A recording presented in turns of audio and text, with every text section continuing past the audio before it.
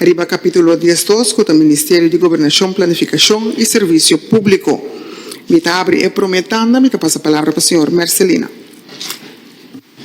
Dank senhor presidente. Riba é quadro do Ministério de BPD, Bestuur, Planning en Dienstverlening. Nós que há algum stap em concreto com seguro governo atuma, porque agora nós atuma nota de nota. Nós compreendemos que tem meta e doelstelling para 20% de kostenbesparing riba huisvesting de governo. Então, toch nota logrando essa aqui.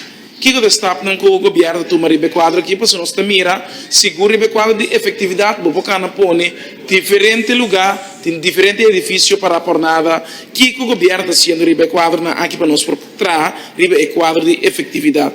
Então seguro mirando que essa aqui está onde é parte na essencial de trajeto de lançamento com a implementação riba quadro aqui também está mirar o presupuesto de 2025. Riba é processo de digitalização, me que é essencial para nós compreender que o governo está fazendo para acelerar o processo de digitalização e também o efeito dessa aqui para o aparato público. Nós estamos mirando o rápido desenvolvimento no último tempo aqui, mas o que nós estamos fazendo para acelerar essa aqui para nós chegar na meta que nós pensamos para 2025. Quando nós estamos mirando também seguro nós temos a timeline de implementação completa de e-government. Com nós temos mira essa aqui de quadro também como está aqui que é sumamente importante com nós temos que mira e qualiteitsimpuls de ambtelijk aparato com salvaguardia essa aqui com nós mira e medida sobre o quadro de financiamento efetivo funcionamento de aparato público com nós temos que mira waarborging de quadro de kwaliteitsimpuls. Met aqui também é importante de quadro aqui com nós seguir efetuar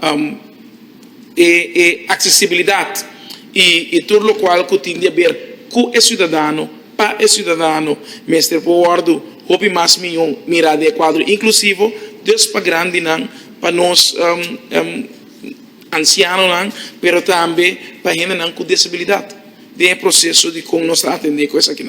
E por último, me estou interessado mirando como o ministro a contestar seguro e 244 puesto não que tinha breeding aparato, pero coisa também que mira riba quadro é efeito de spoke amtenar.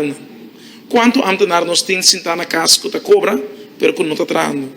Quanto nós está mira e guardando quizás processo não para atender e que não está vindo. Nós está de caso não de amtenar não que está tem clinch, por exemplo, de quadro não e que nós não está tendo nada não des que está passando ribe quadro e com nós tem que mira e efetividade para coisa aqui. Coisa aqui vai terminar meu capítulo número.